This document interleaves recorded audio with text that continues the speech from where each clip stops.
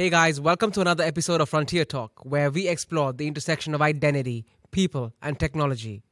This platform, in a sense, was built to appreciate creatives of all kinds. And 6 episodes later, it is fulfilling to see this appreciation of creativity germinate so wonderfully across the entire spectrum. My guest on the pod today has spent 2 decades researching and designing solutions for the Internet of Things, until he suddenly came across magic internet money, or Bitcoin, as you call it today. His fascination with blockchain and distributed ledgers led him to build and develop decentralized initiatives across telecommunications and smart cities.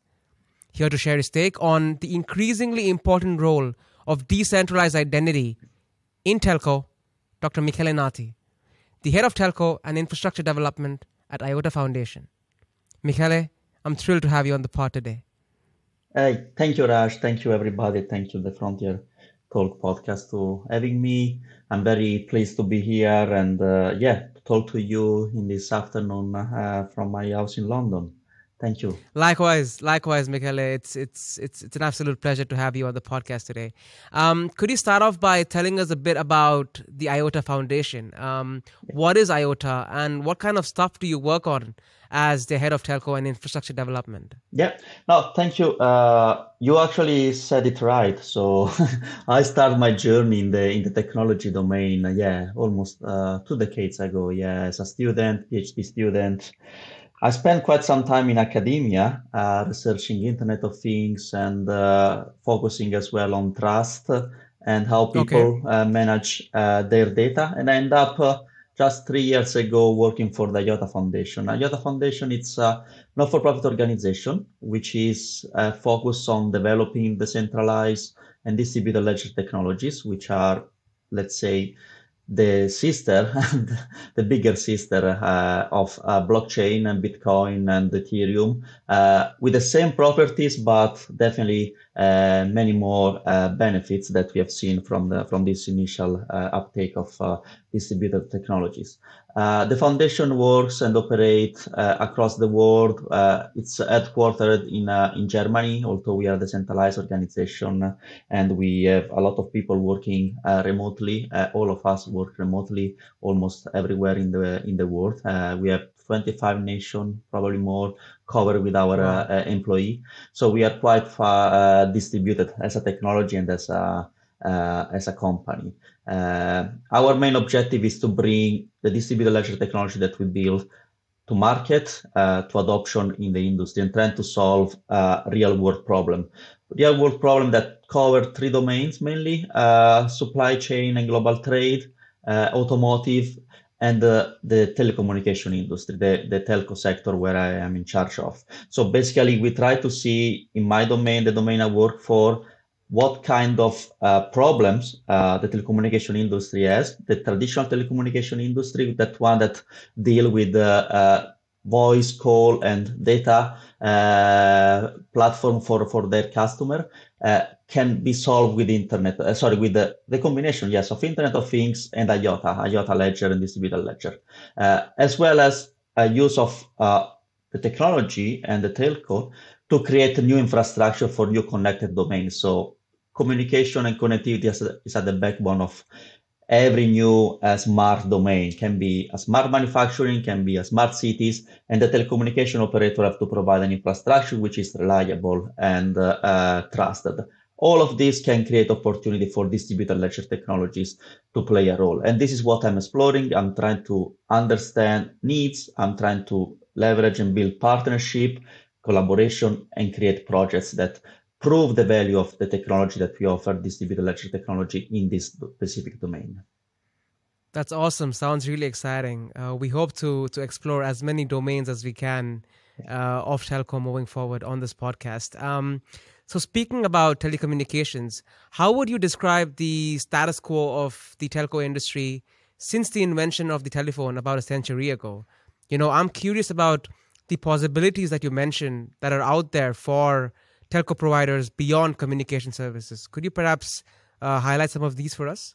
Yeah, absolutely. Like I mentioned before, the telecommunication industry is quite big ecosystem that is evolving, and now as well with the evolution of services that most of them reside in the cloud is becoming more and more complex, as well as the more need for connectivity that comes from IoT device, our wearable device, mobile phone first of all. So the telecommunication industry is trying to reinvent themselves to find a new space, moving from what was until now in the past, what was the infrastructure itself. So we have communication service provider, those that build and provide the infrastructure. Now we start to see a lot of different service, a lot of different opportunity to be explored, to be provided. So we have also the advent of 5G. So 5G creates now much more virtualization, possibility to create ad hoc configuration of this infrastructure, ad hoc configuration of architecture for delivering new service.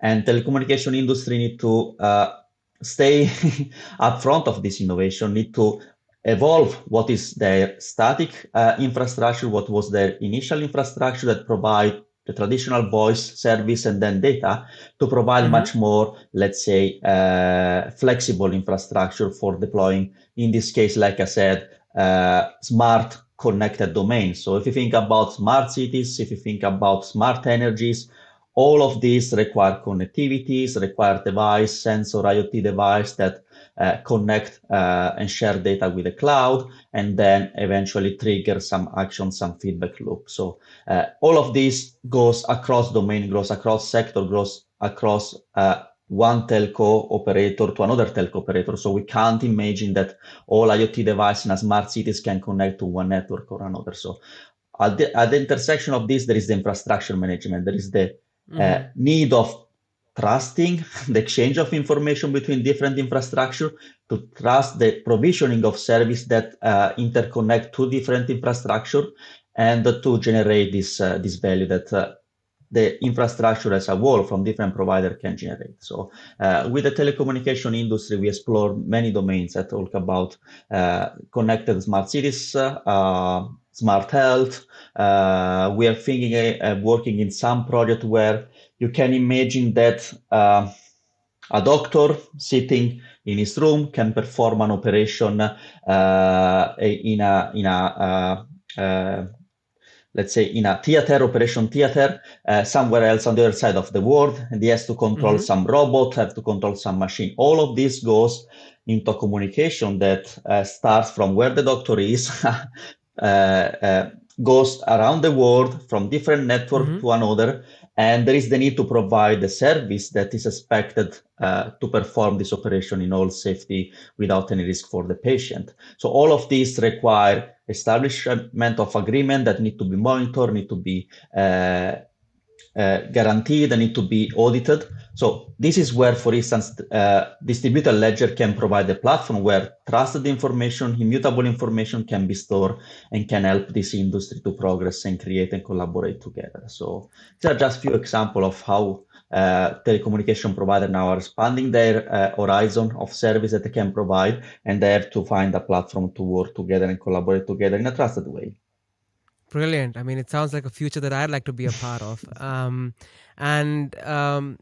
Speaking about infrastructure development, this symbiosis of the internet with the physical economy seems to be having a quite the knock-on effect on every sector imaginable. Here on this podcast, for instance, we've covered the automotive industry, the pharma industry, and now telecommunications. No area of the global economy can, in a sense, avoid a strategic realignment of some magnitude. So my question to you is, what are some of the threats that are uniquely vulnerable to telco providers, and how serious is the risk of them actually becoming obsolete? No, that's absolutely, part of what I mentioned before. So far, telecommunication operator mainly focus on building the infrastructure. And then on top of that, you have who help them, who provide service to manage this infrastructure, which are the OSS, operation support system provider. And then you have who provide the business functionality, the BSS, the business support services. And those again help with the billing, with the charging of customer, and so on and so forth. So far, telecommunication operator have been basically building the infrastructure, maintaining the infrastructure, but then leveraging somebody else's service to monetize and exploit this infrastructure. And now there is one of the threats that is coming mainly from the cloud industry, because having everything in the cloud, having all the function in the cloud makes life much easier. So, and there is a risk exactly for telecommunication operator to become obsolete. So to have basically their infrastructure offer to cloud provider that can monetize this infrastructure by combining service, providing service orchestration all in one point. So they start to rent infrastructure, cloud provider, and develop service. So what they need to do, the cloud telecommunication industry now it's at the verge of changing and try to become service provider themselves. Try to either work as an integrator of new service, of developer of new service, or try to collaborate with other partners. So, and one thing that we are doing is actually we exploring this model of new collaboration in the TM Forum. So IOTA is part of the TM Forum Alliance. So it's an alliance of over 8,000 members in the telecommunication industry of different level, and we work with telecommunication operators. So we work in what is called innovation activities, what is called Catalyst, TM Forum Catalyst. And there we have a telecommunication operator, the like of Orange team. We are working at the moment, Telecom Italia Mobile. So they are so-called the champion of new challenge. And they explore, by setting this challenge, they explore working with technology provider like IOTA, how they can jointly solve the challenge, what kind of benefit they can bring to the industry, and also what kind of resource, what kind of model of working they need to reinvent in their domain in order to be the new provider of this new service that can help them to fight against others trying to take their place in the service provisioning.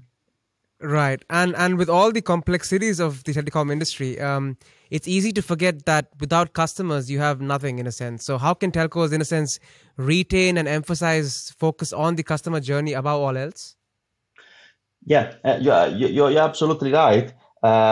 So far, the telecommunication industry, I would say, and the telecommunication operator had yes, real a role that actually was predominant because they were managing infrastructure. They were collecting data from their customer. If you think about CRT, call records and things like this, and that customer itself. So yes, but again, like we said, the voice and internet service might be not enough anymore. Might be not, for instance, let's say, not only focus on people. Now you have to focus on device, connectivity of device, connectivity of medical device, create new services. So we see different industry and different domain focusing also on the IoT.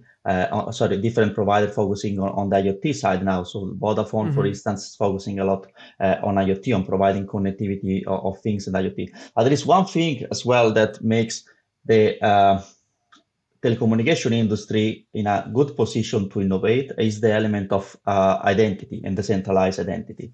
They could embrace this. Hopefully they will embrace this. We are working on that, but they are the custodian of many customer information about identity. So when you go and you have to buy your SIM, you want to connect your phone, you go through a process which is called KYC, know your customer.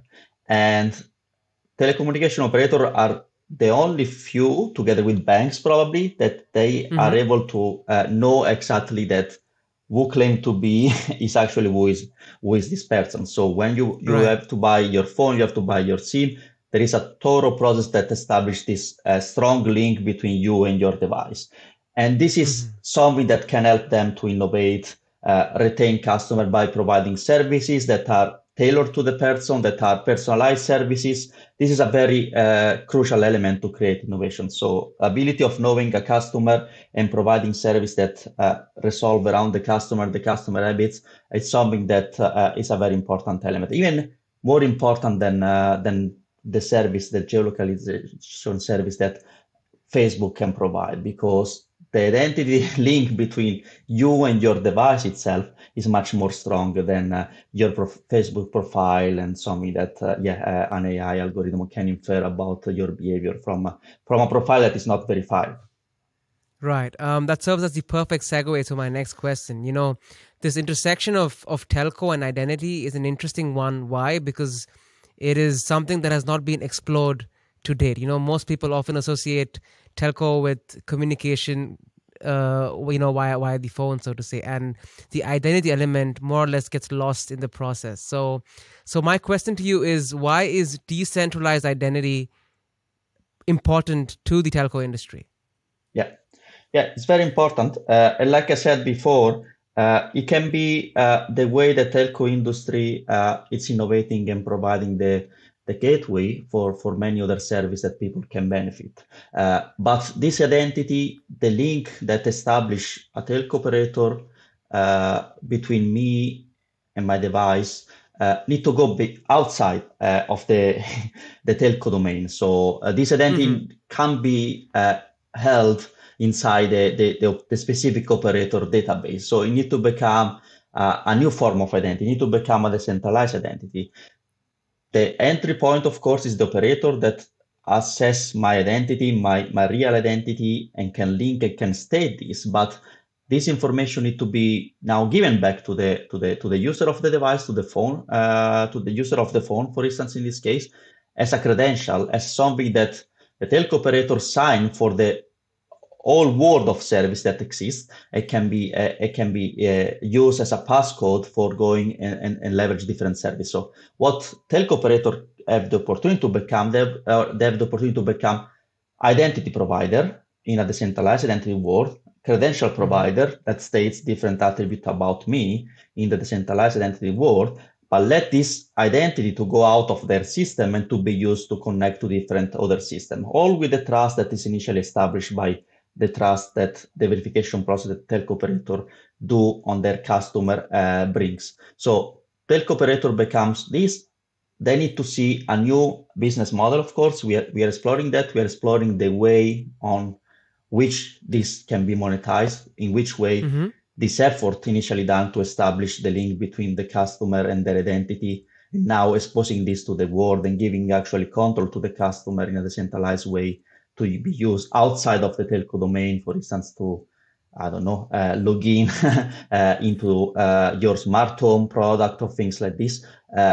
So how we can now send back some of that little value now that the telco industry is sharing out of the effort they have done for creating this decentralized identity or credential. So all of this is part of an exploration, is part of understanding what are the new business models for decentralized identity that will incentivize telco operator to expand and let this knowledge about customer to go out. Of course, always in a privacy preserving way, in a GDPR compliant way. That's other element that we will discuss. But the main element is to understand the real business model behind that. So the real business model of telco operator being now with their knowledge identity provider, or let's say credential provider in a decentralized identity world. Right. Just in case our audience doesn't get lost in the process, could you perhaps define decentralized identity for us? And how is it different from identity as we know it today, beyond the centralization element? Yeah. The centralized identity very much is a concept linked to distributed ledger technologies. With the advent of distributed ledger, digital ledgers out there, recently called also in the European context, there is the possibility to create immutable information.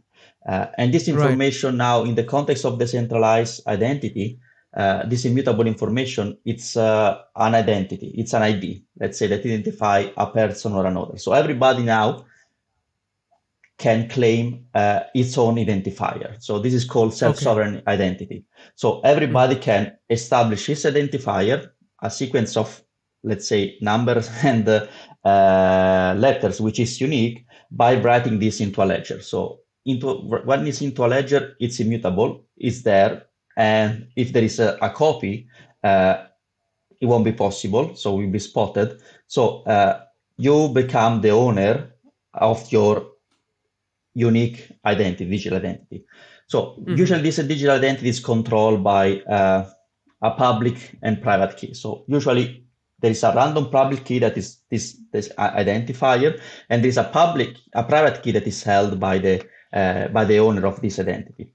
So now with this information, what's happened is that everybody has an identity, has an identifier that is unique and it's self-sovereign. I control this identifier. I don't need to ask somebody else to create this identifier for me. So now with this identifier, what I can do, I can start to collect what are called verifiable credentials, what are called statement attributes of my identity. So for instance, my license now become a verifiable credential. So, and how this become a verifiable credential? It becomes a verifiable credential because the registry of driving license authority has an identity itself, and that's an identity that is verified. And what they do, they sign a certificate which is signed with their identity. Signature process required to use private key to sign any digital certificate, and will contain the information about my identifier, and will be given to me, will be stored in my device, so as a digital certificate.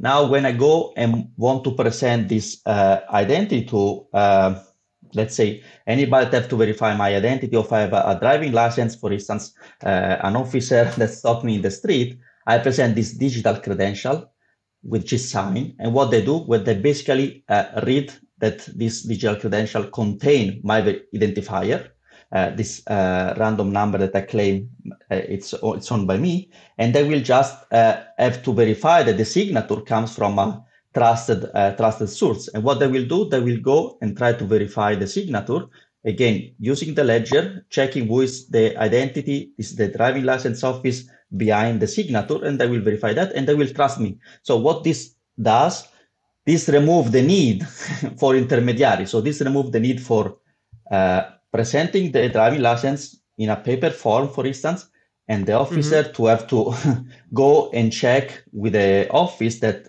first of all, that the driving license is not fake, and then put the driving license somewhere in some system, and they go and check and connect to the system. And the problem will happen that the system, my driving license, I'm Italian, need to be checked in England, need to connect then to the system in Italy, or need to connect to the system in England. So connecting to one source of truth, which is the ledger, makes things much more easier, and gives control on the identity itself to the owner of the identity, and the credential itself to the owner of the credential, not anymore to a third party to host this information. So hopefully this made a bit more clear, but yeah, let's say. Absolutely. That was a very clear, detailed answer. To keep it short, it essentially is this wallet that you have with your identities, but it's just that you are in full control of your identities, and it's nowhere else but in your wallet. So, yeah, it's in digital format, and it only requires, let's say, to keep it short, when you present this digital credential, it only requires one interrogation to a platform, which is a distributed ledger, to know that it's valid or not. It doesn't require too many checks. It doesn't require to talk to many other offices. It's there. You can trust when you get this information from the ledger. Brilliant. Thanks for that explanation, Michele. I appreciate it. So what's the business value of decentralized identity in the telco industry? Is it a technology in search for problem to solve, or is it the other way around? Is there a killer use case? I would say that the killer use case for me, I believe, will be in transferring this identity now that I have, and I can create in a decentralized way, and I can start to link credentials that, for instance, telecommunication industry knows about me, and that means me that, for instance, I live in a specific address, and so on and so forth.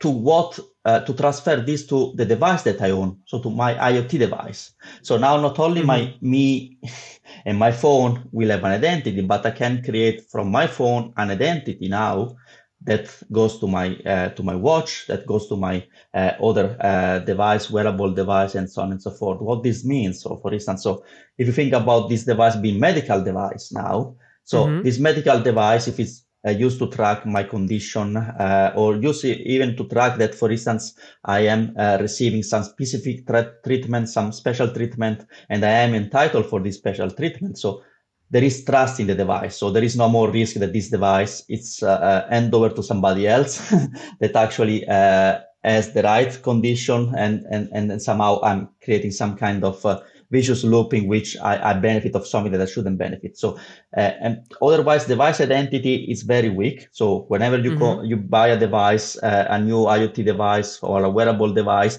the identity of those devices is very weak. So it's just an identifier that the manufacturer gives. And there is no way to link to a person to establish this identity to a person. So by having an established identity that is already digital and that telecommunication industry can give to me, all this can make much more trusted IoT device. And if you think about now 5G, for instance, and the ability to create virtual network, all of that is based on slicing. The concept of slicing is basically using a portion of a 5G infrastructure, which is used to send data for a specific purpose. And this is allocated. And this has to be allocated to specific device. And having trusted device now for which I can establish a trusted identity of who this device belongs to, I can provide much more security on how I allocate these slices. So I don't have the risk anymore to allocate these slices for using the infrastructure to some malicious device, to some device that want to just use the infrastructure, create some denial of service attack, and somehow create disruption for other services. So in this way, having a trusted IoT device, I can create a strong and secure link between the IoT device. I can start to trust also the device that want to use the infrastructure, in this case, the telecommunication infrastructure. Okay, and speaking about this intersection of telco infrastructure, devices, and things in general, I'm curious to learn more about the applications of DLT and SSI in the e-commerce space. So, IOTA was recently in the news, having joined the EnsureSec project. So could you perhaps enlighten our audience about what EnsureSec actually is, and what is IOTA's role specifically in this project? Yeah, exactly. So we move now to one of these horizontal domain where we start from the telco, but we end up to something that is more horizontal. And that's, let's say, what I call the infrastructure side, which is not only the telecommunication infrastructure, it's the infrastructure for our life and communication and data sharing as a whole, as part of my role. So as part of this, we are involved in one of these projects funded by the European Commission. Is called EnsureSec. And the main ambition of EnsureSec is basically they want to create a more secure, let's say, e-commerce ecosystem where e-commerce is basically me buying something online. And basically, there are different approach that the project is taking for doing this, from monitoring different e-commerce platform and understanding possibility for threat and risk from a cyber physical attack of this critical infrastructure, where IOTAs also play a role in providing the infrastructure for storing this monitoring information in a way that is auditable, accountable with the ledger. So what we are actually exploring, we are exploring exactly the role of the centralized identity in the e-commerce domain. So, and again, what we are doing, we start from all the e-commerce player, which are in this case bank, but again, telecommunication industry is the same. So banks and telecommunication industry, telecommunication provider, again, have identity information about customer. And they allow, for instance, customer to create their identity and their credentials. So for instance, think about now a customer that want to purchase something that has an age limit, right? So what will be the normal process these days? So the normal process will be that you go to a website, and most of the time you have been asked either to confirm that you are above 18, or maybe you are a registered customer, and this information that you have to provide is basically maybe your credit card and so on and so forth.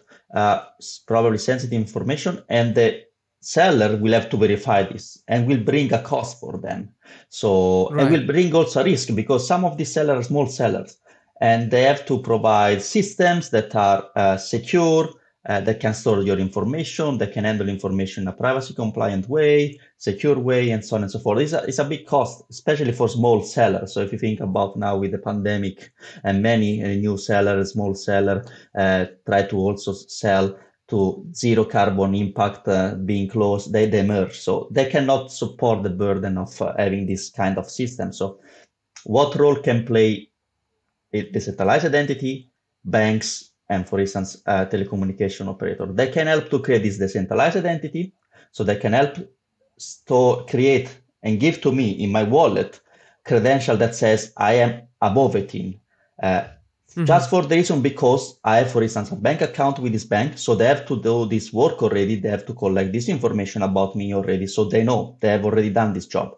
Or maybe because when I open create my SIM for my phone contract, they have to verify this information and so on and so forth. Correct. So that's information that exists, and there is no reason for which shouldn't be reused. So now, when I have to go to to buy this age limited item, so I don't need to give any more information about me that have to be verified and so on and so forth, and might be need to be handled in the right way. What I give is just a credential that the bank give to me that states, Michele, it's above 18. So what basically, like the sample before, what the e-commerce seller will do, we will just verify with one query to the ledger that this credential is valid, and they don't need to do anything else. That sometimes they don't even need to know how old I am, because there are other technology like zero knowledge proof that help the verifier to know that I am above 18 but not 24. I wish I will be, or another age. So all of these create a much easier user experience for customer, a much more easier process to handle this information for e-commerce providers. So and less risk to be the point of attack from hacker and cyber physical threat. So that's one of the things we are exploring in EnsureSec, and the role of identity and the role of this player like bank and telecommunication operator to expose the information that they know for accessing other services. Right. I'm curious to know, as a follow up, what's in it for banks or telco providers to act as an identity credential provider in a decentralized manner? Yeah, no, absolutely. That's the point to clear up and to create the incentive.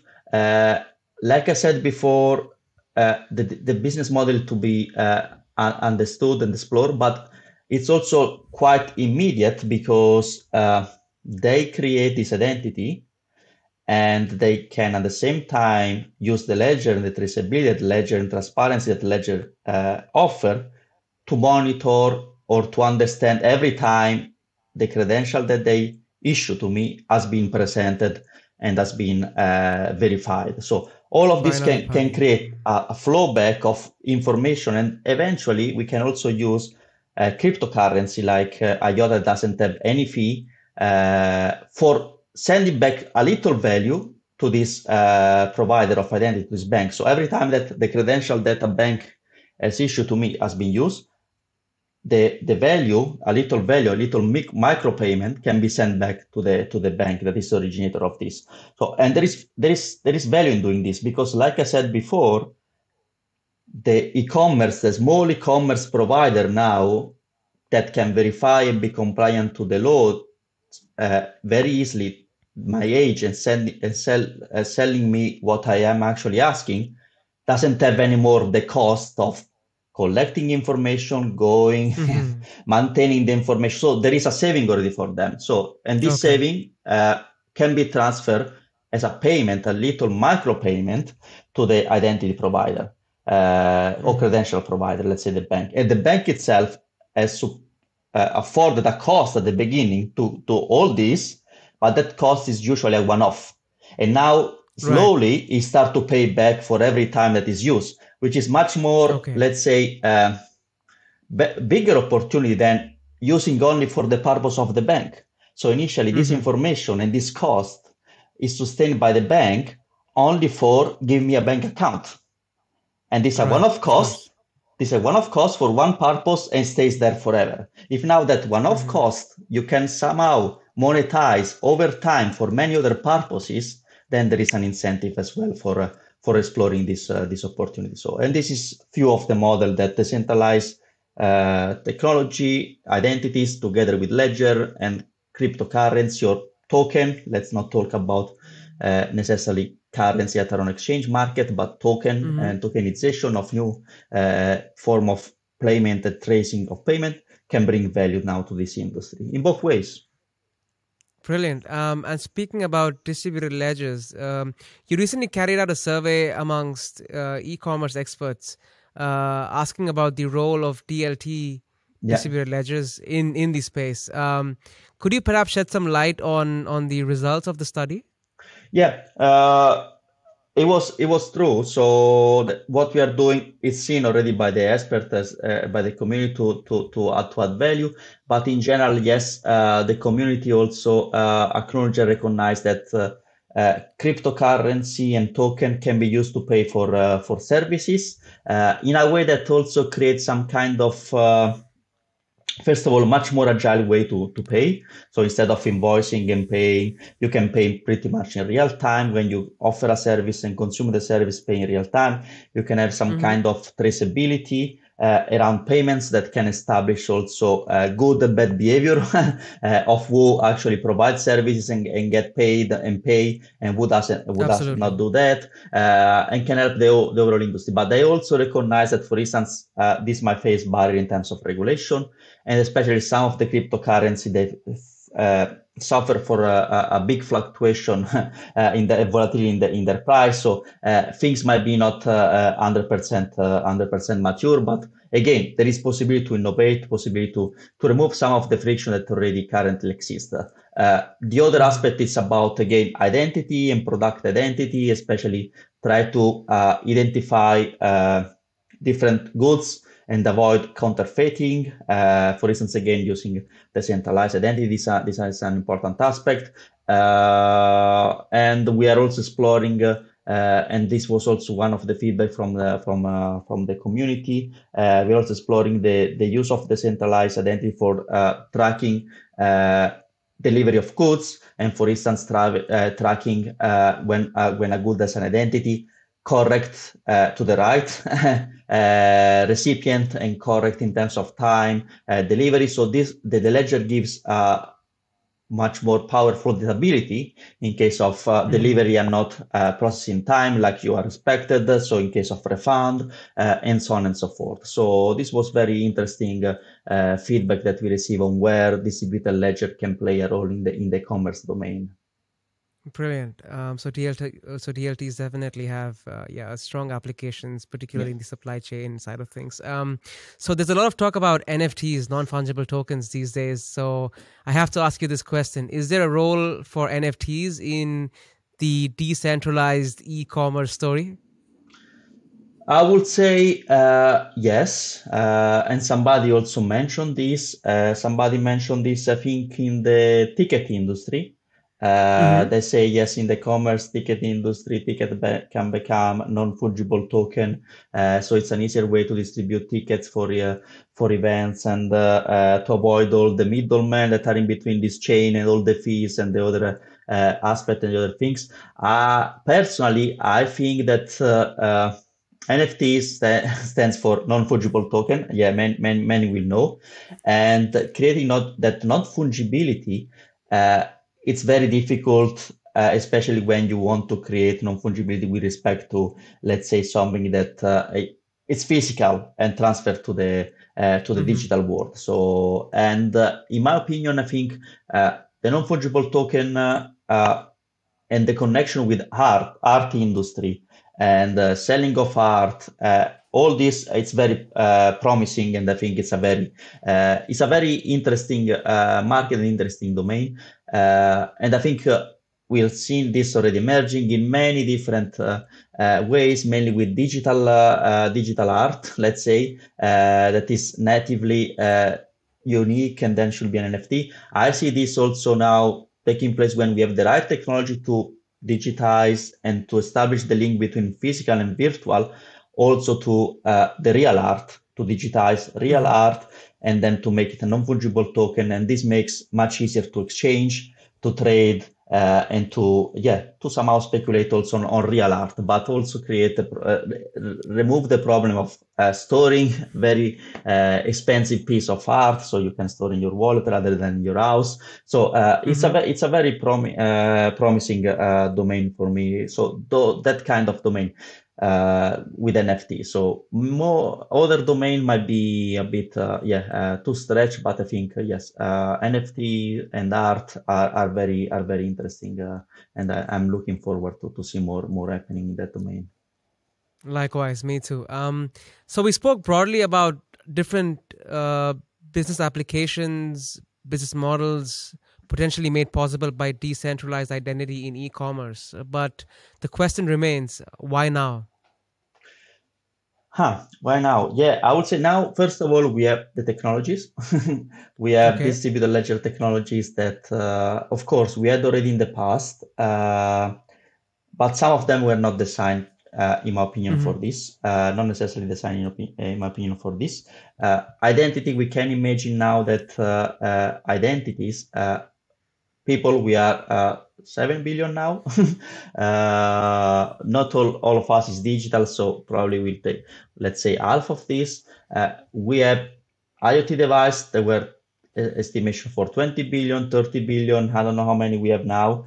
So we need technology also that are distributed ledger, blockchain, that are also scalable. And we start to see some of them emerging now. So one of that I have to mention, I work for IOTA for a reason, because I believe in IOTA. I believe in what IOTA Ledger can offer. And IOTA Hmm. Ledger is a ledger that scales and scales, for instance, for this kind of domain, this kind of scenarios, volume of transaction that identity of IoT device requires. And also we need a distributed ledger or blockchain. Distributed ledger offer the same immutability properties of a blockchain that also are free to use, in a sense that they don't add hidden costs like fees to use the infrastructure to create an identity. Like I said before, you can imagine to create identity for a billion of devices if every transaction that create this identity as a cost. As a cost even that is unpredictable in some case, like can be the fees that you attach to a Bitcoin transaction or an Ethereum transactions. You all know about that. So some of Correct. technology are more mature, of course. That's the first element. Use case start to become much more clear now. The ecosystem is also quite clear. So the incentives, opportunity that I discussed before for the different parties, going from the identity issuer or credential issuer to the verifier, start to become much more clear. And there is at the same time different standardization activity that are happening, that after the initial idea. So initially, the idea of decentralized identity was mainly driven by the fact that let's give identity to who doesn't have an identity.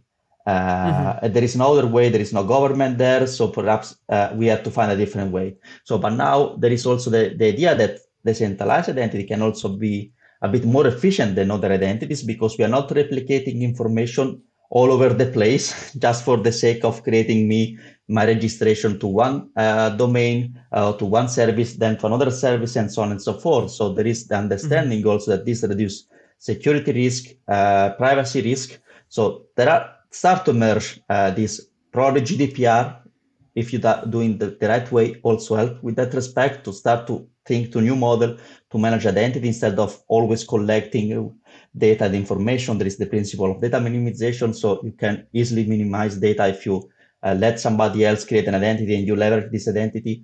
There are many other things coming together now. There is also European Commission start to look into that. They start to explore how they can and what will be the feature of a digital wallet that every European citizen should have by 2022. And in parallel Hmm. to this, they're reforming also their initial network for managing identity and service at the European level, which is called EIDAS network. It is moving from a centralized system where identity information are collected by member state and shared across member state, now Hmm.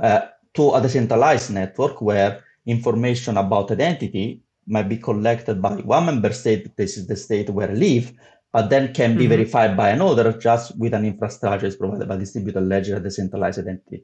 So there is the convergence of many different trends that goes from technology availability, business understanding, and push from government to explore decentralized identity just now and make it big in the next few years.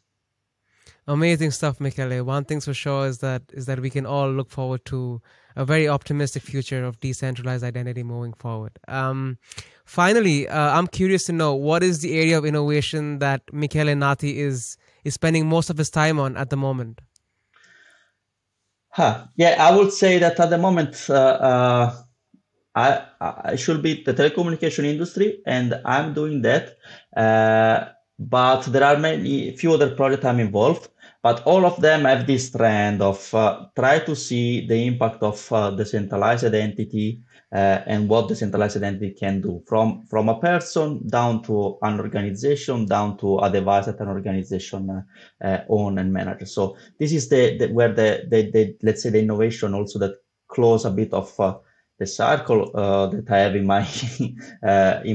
my professional life, which maybe won't close, but it will open another one. But I start from IoT when basically it was on Triven IoT. It was called wireless sensor network. So you can connect a device to the internet. You have to connect to other device in a mesh network, and then finally to the internet. So and at the very early stage of my career, I was focusing mainly on make this device collect data, sensing the environment, and then reach a destination point where this information can be analyzed.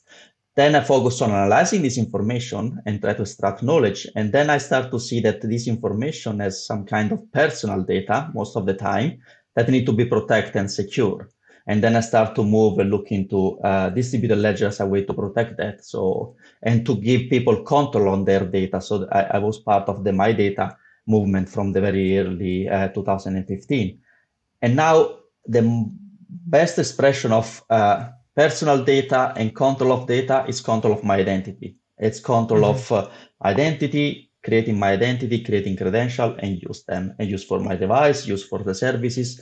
And that's why I'm trying to now see where I can make most of the impact by combining the trend of decentralized identity, technology that is very suitable for this, like IOTA, and the other skills that I have matured over the years of collaborating and working on innovation projects, mainly public funded through the European Commission, but also in this new domain that I'm taking care of, that is the telco industry inside the TM Forum innovation activities.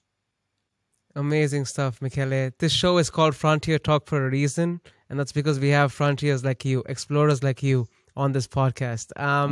Right, so it's now time for my favorite part of the show, and that's called the Frontier Fire Round, where I put my guests on the spot with a series of rapid fire questions. So, Michele, are you ready? Yeah, let's try.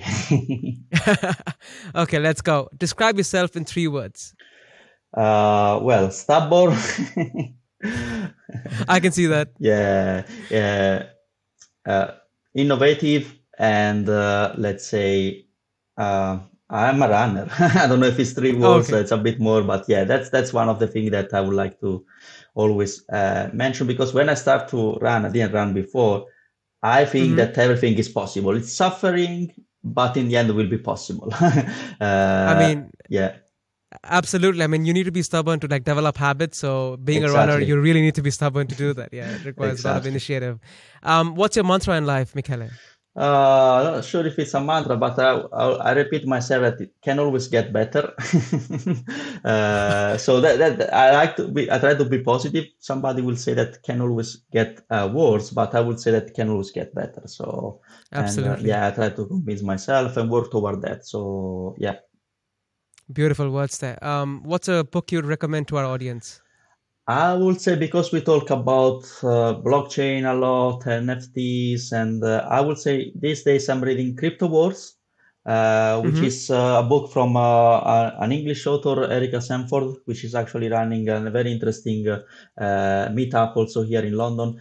And it's going through the different opportunity that you have with the cryptocurrency, real opportunity, but also the real threat, especially for those that see an easy way to make money and everything turns into scam. And it lists all the different scams that happen in the crypto world. It's something that it's easy to read, and everybody actually that is fascinated by this world should read, to understand not only what is everything shiny and the ability to probably it happened in the past as well, to make money quite quickly, but also what are the risks behind that. So because Right. I keep saying that it's good, but you need to understand the technology. You need to understand what you are buying or try to buy or what you are trying to make money out of it. So you need to always to be careful. It's a very interesting technology, distributed ledger and blockchain, but has been used also sometimes in the wrong way, and people should be aware. Right. Speaking about London, formerly of the EU, Yeah. the EU has not been software centric traditionally. So, can it be a hotspot for decentralized identity? Definitely this, and definitely they are as I mentioned before, they start to understand the value and they start to working toward that. So there are different initiatives now uh, uh, to try to establish this requirement for digital wallet to also understand what kind of infrastructure a government can offer. So we talked about the centralized identity before and the role of the ledgers, but there are many ledgers out there. There are one standard decentralized identity, few standard for decentralized identity for W3C, for instance, the World Wide Web Consortium. But there are different platforms, different technologies, and every time you need a ledger underneath to do that. So, and there is the risk also of fragmenting this, and there is the risk of not having interoperability and so on and so forth. So, Mm-hmm. and European Commission is also investing in what is a pan-European blockchain or distributed ledger infrastructure. Is called the EBSI, European Blockchain Service Infrastructure. So the European Mm-hmm. Commission is really, and EU is really investing in new technology, new emerging technology, and on top of that, in the self-sovereign identity and the possibility to build that. So I would say that, yeah, for what I know, in this case, yes, not being software centric, we are not the Silicon Valley, but somehow we have at least a government, European government, that is looking in a unified way and try to establish some innovation in this space and can really bring some novelty and put the European Europe ahead of many other countries in this domain. Brilliant. That's great news for anyone looking to build such solutions moving forward. Name a person who inspires you and why. I would say that it's not in the technology domain, not in my domain, but it's Okay. my other passion, let's say, my personal passion, not my professional one.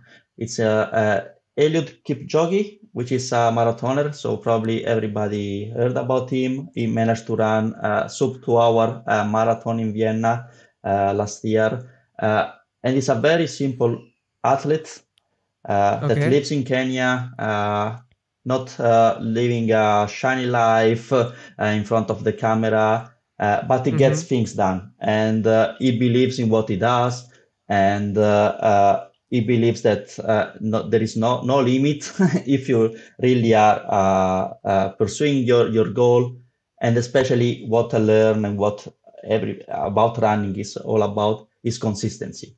And that's the most Mm-hmm. important things. If you want to achieve, no matter the target, no matter the goal, what is important is to be consistent in what you're doing and repeat yourself and try to work toward the goal rather than expect that the goal comes to you. So, and that's a clear example of what, inspires me. And yeah, you can transfer this into many other domain, but it starts from a domain that is not Absolutely. technology. Yeah. Brilliant. That answer really ties down well with your previous answer about always staying positive when the chips are down Yeah. and just staying consistent and staying true to what you do. And finally, what's your advice to anyone listening to this podcast? That's a very well, I don't know. We talk about blockchain, we talk about distributed ledger. I would say that yeah, be careful of yeah your information online. So we talk about identity and decentralized identity. So I think the way the life and the information that we give out online, so it's very important. So we need to be careful how we protect them, and especially we will be able to protect it even more if we use decentralized identity. So I invite everybody to explore what decentralized identity is, even offline, outside of this podcast, because the most important things now it's educate people. And we saw that Mm-hmm. people now already struggle with managing a green pass. And green pass can also Absolutely. be done as a decentralized identity and credentials. So we start to get into that. We start to become more digital. We start to understand more the value of information about me and how to manage to give access. So, but there is a lot of education behind that, and data literacy, and technology understanding. So there is also a way for non-technical people to help in translating this innovation into something that everybody can understand. And my advice is also, we need to look to decentralized identity in a more, let's say, interdisciplinary way. For all the aspects, we talk about technology, we talk about technology, we talk about business model, but also how the technology, user experience, all these aspects need to be explored, and I will be happy to explore with interest listener of this podcast. Brilliant, Michele. As you know, this podcast was created as an attempt to evangelize the technology as far as we can. And to anyone, looking to evangelize this technology in whatever domain that you are in, just use the attributes that Michele just mentioned, which is to stay consistent, positive, and collaborative, and things will fall into place eventually. Michele, thank you so much for your time. It was an absolute pleasure speaking with you today, and I hope to see a lot more of your work come to fruition in the coming months and years ahead. Thank you so much. Thank you. Pleasure was mine. Thank you very much. That was Dr. Michele Nati. Michele will be speaking at the European Identity and Cloud Conference, EIC, so go out and get your tickets as soon as possible. You can find the link to the tickets in the description box below. I hope you enjoyed this conversation that dabbled around philosophy, e-commerce, decentralized identity, and telco. If you think this is worth a listen, please share this with your network and hit that like button. And also, yes, I'm curious to learn about your thoughts, and your feedback is vital to all of us. So please drop in your comments in the comment section below. Until next time, this is me, Raj Hegde, hoping to see you all again on this incredible journey to redefine the I in identity. Stay safe.